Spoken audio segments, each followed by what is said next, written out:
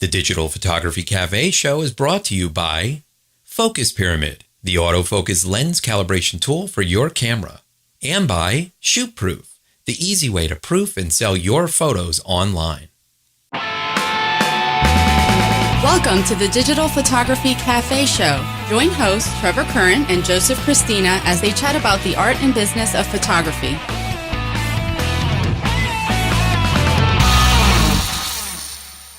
Hey everybody, welcome back to the show. This is episode 119. I'm Joseph Christina here with my co-host Trevor Curran. On last week's episode, we talked about the Magic Lantern firmware hack, a great Tamarind photography contest, and the shiny new Canon G16. If you haven't watched last week's show, I encourage you to do so. You can find it at our website, digitalphotographycafe.com, in iTunes, listen with the popular Stitcher, TuneIn, and Xbox music apps, or watch in HD on TiVo. Hey Joe, we're back. How you doing, man?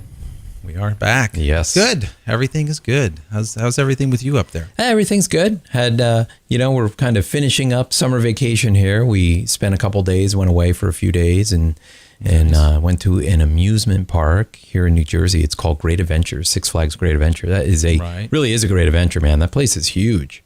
It's huge. I mean, I would say it's not as big as Magic Kingdom, but it's pretty big. I mean, they've got a huge safari and stuff too. I mean, it really is a great place. So we took the kids there. Fun. That was the first time that they were there. They had a blast. And then we got to go see a Bridget Mendler concert.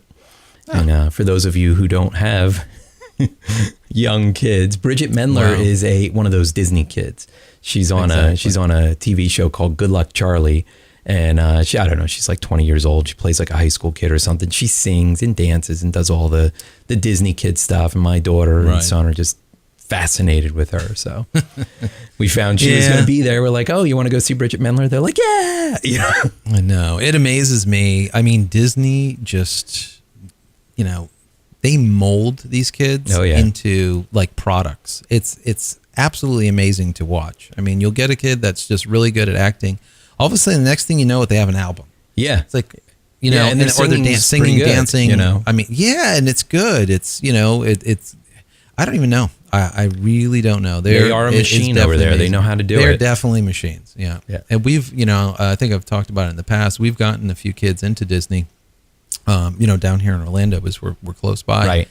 And the money that these kids make is unbelievable. Yeah. It's, more than you and me put together in a month, they make sometimes in a day. It's amazing to me. So, speaking of these Disney kids, right? I mean, did you see Miley Cyrus from the VMAs? What a train wreck that was, man. I don't know. Was she on something or what? I mean, she just seemed so whacked.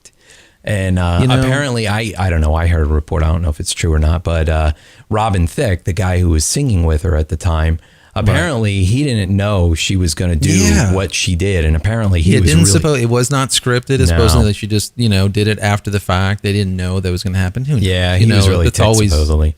Yeah, but that's always, how they do to get, promotion or, greater publicity. So, who knows if it's real or Memorex, no one knows. But the bottom line is, I mean, could you imagine her dad? I mean, God. Well, I mean, he's kind of an odd duck anyway, though. He's odd, but still, that's his baby. It's like, what the heck is going on? I'm sure he's proud, right? Proud. Watching his daughter do this on stage, and that's back to the Disney thing. Maybe these girls or guys are stifled into this specific, role for so long. Once they break out, they just explode everywhere. And they don't even break out; they just explode out. Yeah, well, that's the thing. I mean, I get the idea of wanting to break her Hannah Montana image, I mean, she's a young woman now. I think she's like 20, 21, something like that. Right. She doesn't want to be thought of as this little teeny bopper anymore. But really, I mean, do you have to go that extreme? Yeah. I mean, it was kind of nuts. It was definitely kind of crazy. Yeah. But anyways, into the photo things this week. Sony, introduced, we were talking about this before, the NEX 5T. And, Trev, I would say it's kind of more of the same. They added a couple of things, nothing awe-inspiring, right? Yeah, I mean, we've talked about the NEX cameras a lot, the mirrorless interchangeable-lens deals and stuff like that. We think they're pretty cool. That they're great picture quality. I mean, they look good. The features are really nice on them. And this particular model's got the Wi-Fi and the NFC, that near field communication technology. Right. And Sony, that really seems to be kind of Sony's new baby, this NFC stuff. It seems like they're really trying to incorporate this into a lot more of their products. So, which is definitely cool. I mean, it's the idea of just tapping the phone or putting the phone down someplace, and now it offloads all of the video and photos. It's kind of like, a complement to the, Wi-Fi that it already has in it. Right. So, cool. Basically that. Everything else stays the same. 16 megapixels, 25K. On the ISO, you got a hybrid sensor. We're always into autofocus over here. Autofocus, it's a hybrid, so you have both phase detection as well as contrast. So and it is an APC size sensor too, right? So it's got the big. Yep. Exactly. So it's got a big sensor. It's not just a little tiny micro four thirds or point and shoot size. Exactly. 1080p. All of the usual. The thing is though, for an APS-C. ILC, interchangeable lens camera, it's at like 500, 550, somewhere around there for the body, which is not too bad for what you're getting. Yeah. It's a good camera. It's a good camera. It's bursting up to like 10 frames per second, 10 frames per second. It's good. It's definitely a good camera. So, is it something major? But probably not so much. But they're definitely, constantly moving forward. Well, it's the iteration. So. It's the iteration of the technology, the mirrorless technology that we're always talking about. I mean, you and I are both very interested in where this technology is going to go. Absolutely. In the future. And I know we've talked about it in depth on the show in the past. So, yeah, I always like to keep up on, what's happening in this space. I really do feel that, as the camera quality betters, as the features get there, that we definitely can see these mirrorless technology cameras moving more into that high-end professional range. Yeah, it'll definitely be. Mirrorless Pro will. It's probably a year or two out, if that long, at the current rate. Right. That they're going. They always use the general public as testing grounds, as beta testers for the product that they're going to sell at a high ticket price to the pros. So. They're doing that. They're doing it successfully. There's, it's not like mirrorless is falling off someplace or whatnot. It's gaining traction continuously, and they're definitely on the forefront. So Sony's doing well with it. The whole idea of the articulating, back screens and stuff like that. Just it helps it a lot. It does. If you're doing video, having that is huge. And even shooting stills. So. I mean, from a consumer level. Being able to go to your kid's game or whatever, and there's somebody tall in front of you, be able to hold it up above your head and angle the screen back to be able to get a shot. I mean, that definitely has a lot of advantages. But even from a pro level, I mean, the idea of an articulating screen, I really like. I mean, there's lots of situations where you could need live view, and not be able to have your eye up to the viewfinder there. And it would be really nice to be able to have this articulating screen, maybe be able to get some low shooting video or some high shooting video or what have you. So it's definitely important for video. Mm-hmm. I mean, it's huge for video. But I tell you what, Trev, they introduced something else, a SLR-esque, as it's called. Right. It's called an A3000. Once again, it's a mirrorless camera, but this one, instead of looking like that NEX, where it's a really small, compact look, but it's got it's ILC, it's interchangeable lens. This one looks more like a DSLR. So it's got that same shape as an old school DSLR. Right. And it looks kind of interesting because of, the main fact is the price tag.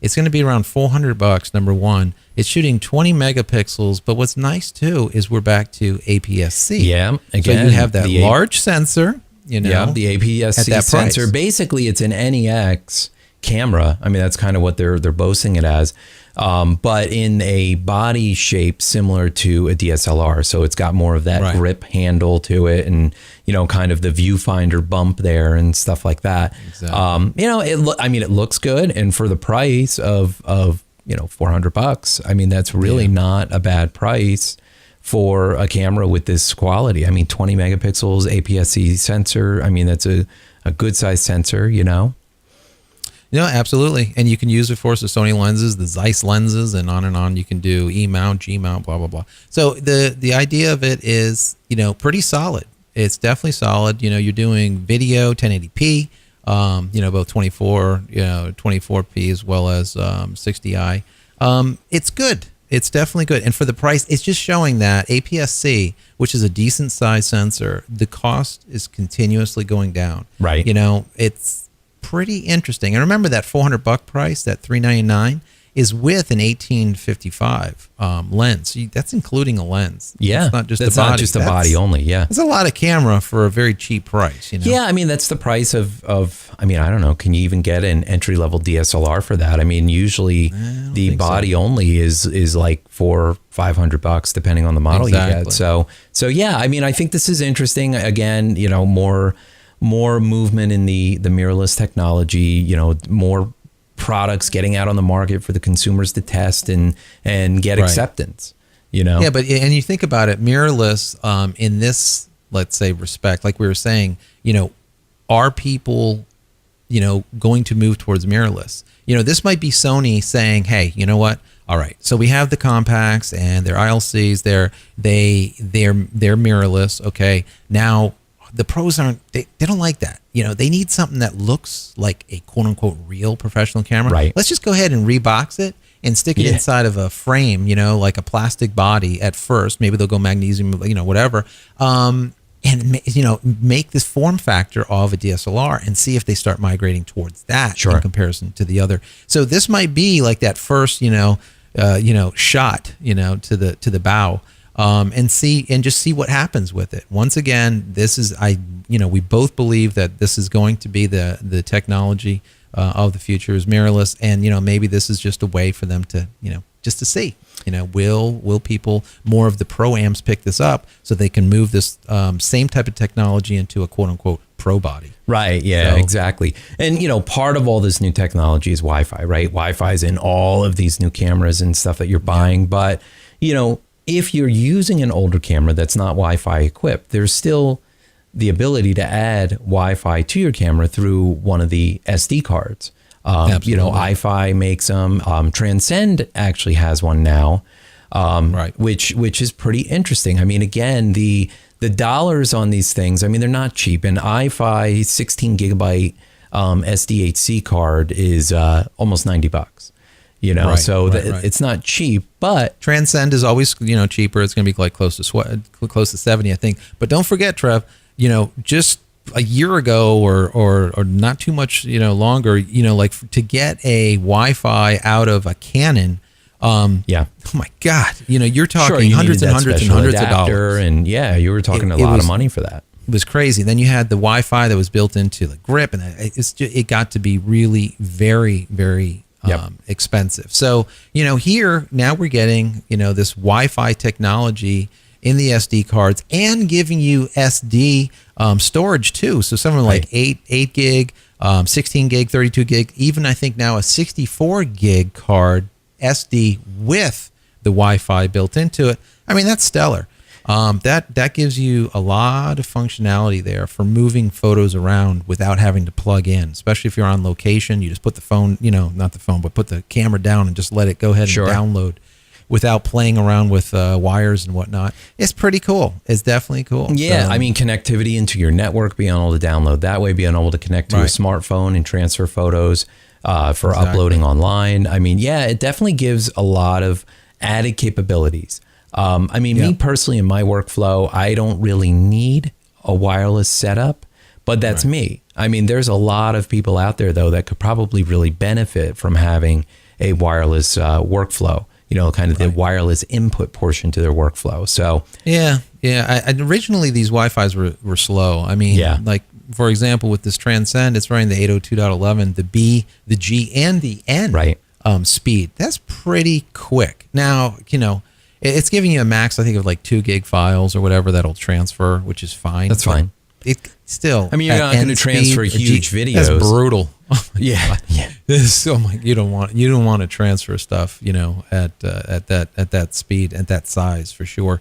And if you have, I tell you what, you have a 64 gig card and you want to try to hook it up Wi-Fi and download it, you better go out for dinner. Yeah. Because it's gonna be a bit. Yeah, exactly. It's gonna take a while. The interesting thing though is the range on these. You're not getting the 300 feet that you're getting out that you would get from a laptop computer or something like that. I mean, you're looking at, 16 to 32 feet they're saying for the Transcend, and the iFi is like 90 feet outdoors, 45 feet indoor. So, but remember how small that transmitter has to exactly. be. I mean, SD card. I mean, it's not even a CF card. No, it's amazing wafer. that they can even get that. I don't even know how they do it. I don't know. I know. It is kind of nuts, but anyways, guys, we have a lot more for you. We're going to go ahead and take a quick break to hear from a couple of our sponsors. Are you frustrated with slightly out of focus images when you know your autofocus spot was dead on? It's simply not your fault. From manufacturer to manufacturer, and even lens copy to lens copy, there are slight variances to the exact spot where light is being focused onto the sensor. Finally, there's a product that allows you to compensate for those variances and make sharper images immediately. Focus Pyramid, the autofocus lens calibration tool, is an absolute must for every photographer. If you want to make the sharpest images possible, then you need to take control over your camera's focusing system. With the Focus Pyramid, you can calibrate all of your lenses on your lunch break. The Focus Pyramid makes lens calibration quick and easy at an affordable price. So give your lenses a new lease on life and take your photography to the next level. Head over to focuspyramid.com/DPC and get an additional 10% off just for being a show listener. As photographers, we're always trying to increase sales and profits after every event. We shoot an event and have hundreds or even thousands of images that just sit on our hard drives. Perhaps a better workflow would increase sales by getting those valuable images in front of the client. That's where ShootProof comes in. At shootproof.com, you can have an online gallery for all of your clients' proofing needs. ShootProof helps increase profits while building your brand and securing your photos without charging commission fees on sales. ShootProof galleries display your photos beautifully while helping to streamline your workflow and automate more of your business through their intuitive studio control panel. Once approved, photos can be directly fulfilled through ShootProof's various professional lab partners or fulfilled by you. All ShootProof plans have the same feature set. You simply choose the number of client photos stored, decide what products to sell, and the price. Try ShootProof today by taking advantage of their free 30-day trial offer. As a Digital Photography Cafe viewer, ShootProof is offering a 20% discount off any of their premium plans by using promo code DPC20 at checkout. ShootProof. Upload, share, sell, print. All right, so we're back. And, Joe, there was this interesting article that came through. It's kind of one of these human interest pieces, I mean, it's not a whole lot of technology news. But so this guy, we always joke about being collectors of equipment, right? You've got a ton of cameras. I've got a bunch of cameras. I know many of our listeners has a whole bunch of cameras. Well, I tell you what, you guys got nothing compared to this guy. This guy has collected 4,425 antique cameras. It's kind of nuts, right? I can't even. 4,000, over 4,000. I can't even imagine. Cameras. I can't even imagine that. What do you? Some of the cameras were pretty cool, like one of the first Leicas, and I think it was a Leica, 250 or something, and some other really cool cameras that this guy has. But wow, that's those a lot. Numbers are. His father, I think, handed him down originally like 600 cameras. Right. So he started with like 600. He's at 4,400. It's like, oh my god. Well, apparently he broke the previous Guinness Book of World Records. For having the most cameras was by him, and it was 2,634. So now he's broken it again by almost doubling the number of cameras he has. That's just sick. I don't know. That is nuts. And and I always joke, like you kind of alluded to before, that I feel sometimes more like a collector than a photographer because I have so many cameras, and I promise myself I'm going to sell them. I'm going to get rid of them. Yeah. And I just don't. Matter of fact, guys, if you guys are watching, I have here one of the first digital cameras that we purchased, and this right here is the 1D. Yeah. So the 4 megapixel jobby, right? Yeah, it's a D. Yeah, it's a EOS 1, and it's the 1D. And this is this is 4 megapixels. 4 megapixels, and this is probably about, I don't know, $5,000 or something. Yeah. Now I could probably get $200 for it. But that gives you, an idea of, how things go with these bodies and how the value just doesn't hold up. Now, contrary to that, here's my absolute first camera. This is the first camera that I ever used. It's back from the 70s. This is a Minolta. I love this camera. It's an SRT 102. They had a 101, and they had different revisions of this. But this camera was I shot this camera. It's obviously a 35 millimeter film camera. It's heavy like a brick. You can slam someone, that's chasing you over the head, knock them unconscious, take a picture of them for the cops. For the cops, yeah, exactly. And it'll keep working with no dent. And but this thing was fully manual. You can set it up with a flash. You can set up it does sync, all kinds of stuff. From a camera that originally cost probably $200, today I could probably get $200 for it. You know what I mean? Well, that's it. You probably can. Something like that will hold its value. Yeah. Yeah, and how the old cameras and the old gears and the lenses, glass always holds its value. Yep. These digital cameras are basically throwaways. Yeah, they're like toilet it's because paper. it's the electronic technology. I mean, there's just no value in that. I mean, look at a TV that's any more than 5 years old. I mean, it's not even worth fixing. Throw it out, buy a new one. Absolutely. I mean, I tell you what, this SRT I still use for doing some of my black and white work that I show at the gallery. Yeah. So it still gets use, and whereas this, 1D, the big $5,000 monstrosity here that weighs like 5 pounds, doesn't even get turned on. No. So it's just a perfect example. It just doesn't. They don't have. There's no legs to them. No.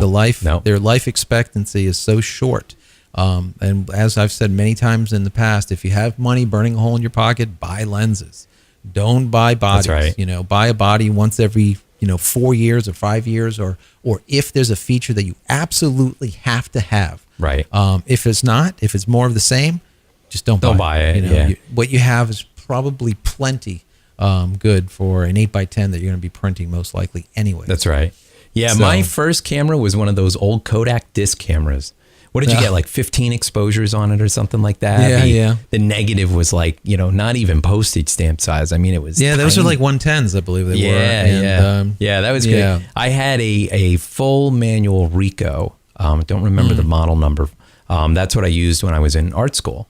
And I mean, that was a great camera. I still have it. It still works great. I mean, it's just like you said, it's an all metal body. I mean, this is, nice. I can put the big lenses on it and stuff still. Sure. The Ricoh Pentax lenses, I mean, they go right on. It was a great camera. I love that camera. But yeah, it's amazing how things change. But anyways, this guy at 4,425 cameras, God bless. Yep. You need a big room. I don't even know where he stuff. stores these things. That's a lot of cameras for sure. Well, I'm talking about like the news and what's been going on lately with photographers and just people in general that are out there just taking photos. And I know you've done it in the past. I know I have. You go to a concert and you hold up your phone. You want to take a little video or a picture. Sure. And the camera Gestapo, they just immediately pounce on you like if there's, like if you're doing something that's highly illegal. Yeah, you're committing this major crime. And now Prince joins this crowd, which he's been in for quite some time, but he makes it even worse now recently, right? Yeah, I mean, and Prince is an eccentric dude anyway, but I mean, he's adding into this whole thing of, no photos at his concerts and stuff like that. And, there are many musicians out there that are like, take our pictures. We don't care, download our music for free. We don't care. But Prince is still old school. I mean, as contemporary as he appears to be in the forefront, I mean, he's still old school. I mean, he's coming from the old school line of the music industry where, you got to milk everything you can for the almighty dollar. And so he's really cracking down. I mean, he had the big sign, no photos, no videos, no cell phones, prosecutors will be beat and pummeled and, drug out by your toes and all that stuff. And so this reporter dude is talking about how he was at this concert and actually witnessing firsthand of people getting drug out because they were shooting video with and photos with their cell phones.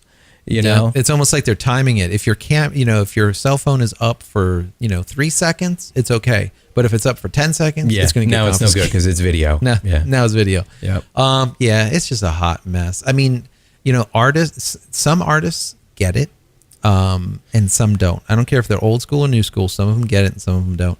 The ones that get it, they know that they can't stop technology. Technology is going to continue forward and just ramp up. It's going to be, it's gaining momentum. Right. I mean, look at Google Glass. I mean, what are you going to take people's glasses off? Well, while they're watching the show, they're probably recording it too with their glasses on. Yeah. So, there's just so many, it's just, you can't try to trap this, rolling water. Yeah. It's just not going to happen. Well, the tighter you squeeze that water, the more it pours out of your hand. That's right. That's right. And that's what these guys are doing. They're squeezing it so tight. They're trying their best, and it's making them look stupid. I mean, I get the idea of copyright. I mean, we're photographers, sure, right? Sure. Our copyright is very important to us. That's how we make our living, by selling images and what have you. So, I mean, I get that. I really do. Yeah. But, if you need to know which battles to fight, right? And you can't kick every stone down the road or you're going to end up with no shoes. That's right. I mean, we as photographers, our photos get compromised online all the time. And this is something that unfortunately has to be acceptance if you want to have an online presence. You have to put your images online with the fear and almost the expectation that they're going to be used. All you can do is try and protect yourself the best you can. Yeah, I mean, watermark them. Right. We've talked about that a million times, but the same here. I mean, Prince is drawing a crowd. These musicians are drawing crowds because they're fans. They want to see them. They want to capture the moment, and they want to be able to share it with their friends. Like, oh, wow, look at this great shot I took of Prince. Oh, well, look at this great video that I took of him and all, and, but now, they're just trying to kill everything, and it's really a shame. Yeah, so, we just saw in the news also, Reuters, huge, right? Reuters is huge. Big news outlet. Dumping their freelance photographers in North America and picking up another company and basically getting all of their photos from this specific company and not freelancing any of this sporting coverage out at all. So all these photographers are basically getting calls today and yesterday. By the way, we're not going to have any work for you anymore. By the way, you're not covering NFL or hockey or baseball or anything this year. We now have another company that's going to be doing it. It's going to be all in-house photographers, and we don't need you anymore. And some of these photographers have been shooting, for 20 years. Yeah. And they just got a call today. Basically, they're out of freelance work. And the bottom line is you can go and, take photographs of this, internationally, but not in the U.S. North America, you're basically done. You're done. Yeah. They're getting all their images now from Today Sports Images or something like that. So they're basically letting another company create all the imagery that they're going to be using in their publications. Right. There's a lot of freelance photographers out of work. Now they got to find other gigs. I mean, they'll let them continue to shoot for them, but in other capacities, not in sports, sports in the North America. I mean, they can shoot cover events or what have you, other things that they don't have a source for the photography for. But those who are specifically shooting professional and college level sports, you're done. You're out of work. It's kind of, and it seems like this is the way that, things have been going. A lot of these companies are trying to internalize a lot of stuff. Freelance is down. They would rather get, people in-house to do the photography and pay them less and work them more. Yep. Give them their 39 3/4 hours so they don't have to pay them or don't have to give them any type of benefits. It's like a Walmart deal. Just, exactly. And it's sad. It's sad because once again, it's starting to become less of a profession and an art form into something that's just simply. It's that whole commodity thing.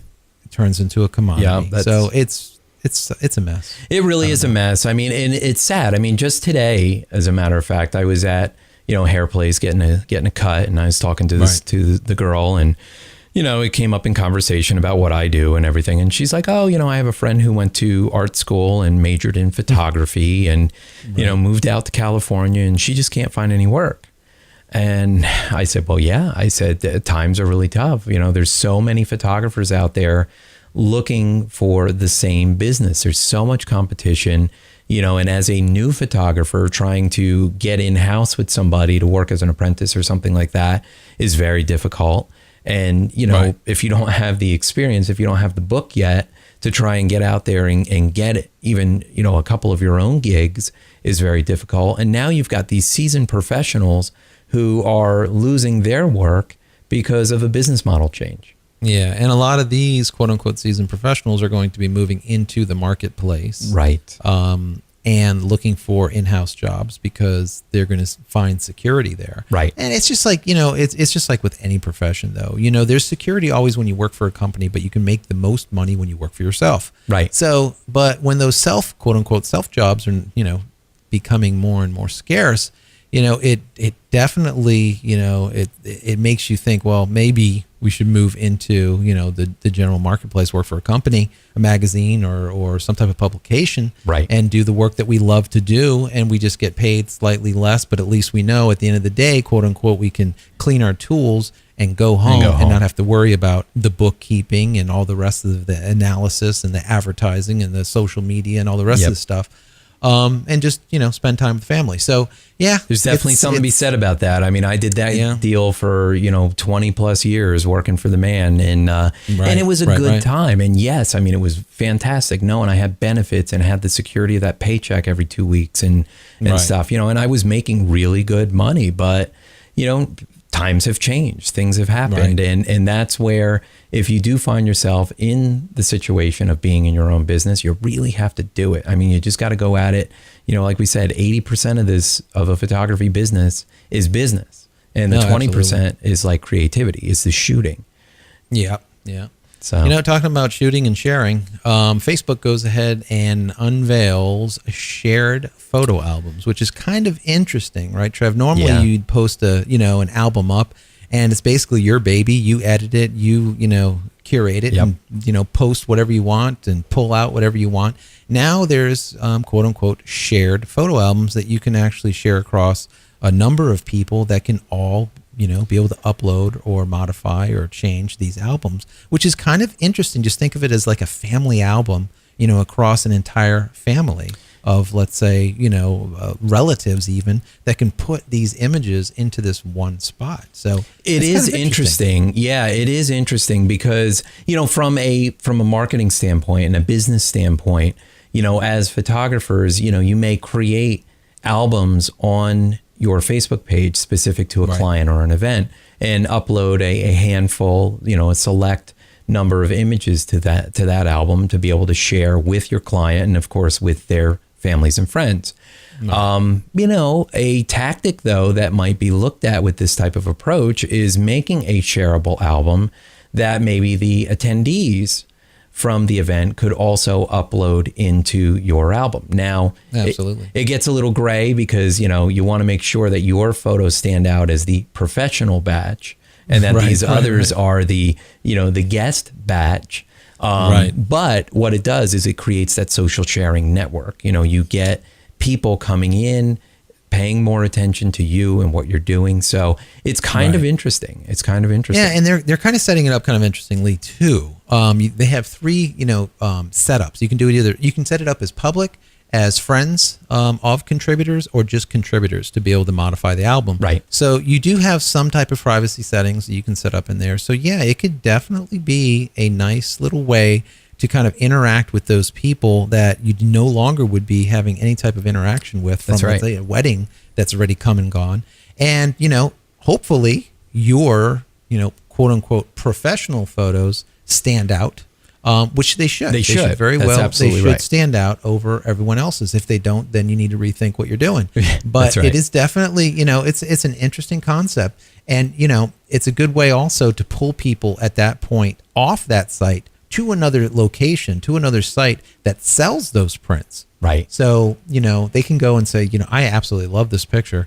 and I'm in it with the bride and groom, I would like to buy this 8x10, no problem. They can go to a URL, place that order, and off it goes. You don't even have to see it. So that's right. We've talked about services like that in the past, but sure, that is another way to make extra money. So you're going to see a lot of these standalone photo sharing networks that were, still in existence, still working and stuff because of the ability to share albums with each other and stuff. You're probably going to start seeing a lot of those being affected once this rolls out to the masses. I mean, right now they're just doing a slow rollout like normal with all of their features, but there's like Picasa. I mean, that's a photo sharing network, and this potentially could be really effective. Yeah, I could see Facebook buying like a Picasa or someone that does like Exposure Manager or someone of these, third parties that basically house photos, and then people can select them and they will basically do the entire, from the order to the printing to the mailing. You don't see any of that, and they just send you your cut. I can see Facebook buying one of these companies, let's say, since they already know what they're doing, quote unquote. And now all of a sudden that service becomes part of Facebook and it's internalized. And now you can actually, through these albums, order prints right from Facebook. Right. Yes. At that point, all of these third parties that are doing this, like Picasa, they're out of business. Yeah. They're pretty much done. Yeah. Yeah. I mean, it really does. I mean, keeping up on these different technologies that's happening, it really makes you think about how business is going to change in the not too distant future. Yeah. And it helps you to kind of rationalize how you move forward also as a photographer or as a photo business owner. You need to think about these things and somehow capitalize on them before they happen. Yeah, you have to evolve. You have to evolve. Yeah. I mean, those who try and keep their business in the, status quo will quickly, I mean, and nowadays the way technology is evolving so fast, if you try and keep your business in the status quo, you're going to quickly find yourself out of business. Yeah, you're going to be like a Kodak. Yeah, seriously. That's right. Forever didn't want to pull away from film. They didn't want to have anything to do with digital, and all of a sudden they started, moving towards digital because they just didn't have a choice. And by then it was too little, too late. They went away. Yep. They went the way of the dinosaur. That's right. So, another interesting, piece that came through is Samsung. Once again, we talked about this in the past, and it was about the Galaxy NX, and that was back in camera. In June. Yeah, it was in June. There you go. It was a camera that you would purchase at like AT&T or Sprint or Verizon or whatever. It was a camera that you would purchase there because it had built-in connectivity. Right. 3G, 4G, or whatnot built into the quote-unquote camera, which was not a phone. It was an actual camera, which is very interesting. And now we have pricing, right? Yeah. So this camera was actually running the Android operating system. So really, for all intents and purposes, it was an Android-based smartphone, only without the phone, just the mobile connectivity. And so now they announced the price of almost $1,600. Yeah, and I was kind of floored, man. When I heard that, I'm like, $1,600. Yeah. Are you kidding me? I love Samsung. Don't get me wrong. Samsung, if you're listening, I love you. Right. You guys have great products. You're innovative. I mean, I love Samsung products, but you can't go out there with an ILC at $1,600, pull it out of the phone stores and put it into retail and expect people to pay for it with no past. This is going to be a hard sell. I love what it's doing. I mean, it's Jelly Bean, Android. You'll be able to hack the firmware, do all kinds of crazy stuff, direct uplink, and all kinds of things that I love about this whole idea. APS-C? Are you kidding me? I mean, decent size sensor, 20 megapixels, blah blah blah blah. Phase as well as contrast, obviously. Autofocus, which is so important. That hybrid. But God, the price. I mean, I don't know what they could have done different, maybe lost some features or did something, but I think, it's not a good way to start. No, at this dollar amount, they're competing with too high a level camera. I mean, that dollar amount is they're prosumer cameras. Yeah. Exactly. I mean, you're at the 7D range. Listen, Trev, in comparison to what Sony's doing, they went ahead and said, mirrorless is working. Let's go ahead and try to get it to a, let's say, prosumer level, and let's go ahead and stick it into a DSLR body, which is brilliant. Right. Samsung is all of a sudden saying, hey, this is a prosumer camera, buy me because we said so.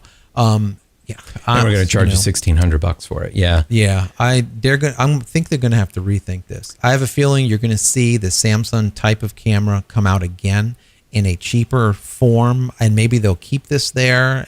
I don't know, but if this works, I mean, I don't know. I'm going to eat my hat, but I just don't see it happening. They just don't have the legs behind it.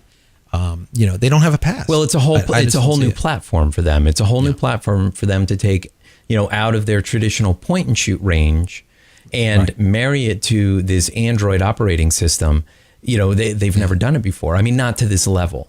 And then put it into a prosumer type of category. Right. That's prosumer price range. I wouldn't even say I wouldn't necessarily call it. I mean, it's got the specs of what could be a prosumer camera. I mean, 20 megapixels, APS-C sensor, all that type of stuff. Yeah, it's shooting like almost 8 frames per second. It's doing up to 6,000.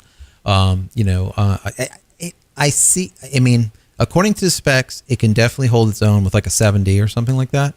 But it's to be seen. It's to be seen. And who's going to see it? For $1,600, yeah. For $1,600. I mean, I don't know. I mean, I would love to get my hands on one to play with it, to test it. I mean, even to have it, but I mean, I won't be forking out $1,600 to buy it. Yeah. I think I'll wait a while until the technology's been proven a little bit more. And maybe it comes down, maybe they hybrided it, into a phone. I mean, make a phone out of it, if it's still pocket sized. What's kind of interesting though is since they pulled it out of the camera stores, the phone stores. What's nice is you can purchase a SIM from whichever carrier you would like. So let's say you're AT&T, you can purchase a SIM from AT&T and stick it into the camera, which is definitely neat. I mean, I'm glad that they did that and they didn't make it proprietary for a specific cell phone provider. So I mean, it's cool. I don't know what's going to happen with it, but we kind of want to throw it out, you guys, to you guys, because we finally found a price and got some more details on it. Right. It's just something to watch. I think the Sony idea of that $400, mirrorless DSLR lookalike type of thing, I think that makes more sense as of today. I agree. Yes. All right, man. It is that time. We are out of here. So if people want to connect with you outside of the show, how can they reach you? You can find me on Twitter, and that's at Joseph Christina, and that's Christina without an H. Great. And you can connect with me on Twitter. It's at Trevor Current. So, all right, everyone, we are out of here. You can get all of the show notes from this episode by visiting digitalphotographycafe.com/119. And don't forget to send your questions and comments to comments@digitalphotographycafe.com or simply call 440-345-6707. Once again, that's 440-345-6707, and we will see you next week. You've been watching the Digital Photography Cafe show with Trevor Current and Joseph Christina. Be sure to subscribe to the show for free in iTunes or through RSS. You can also listen on Stitcher and TuneIn Radio and watch in HD on TiVo. Visit digitalphotographycafe.com for show notes and to connect with your hosts.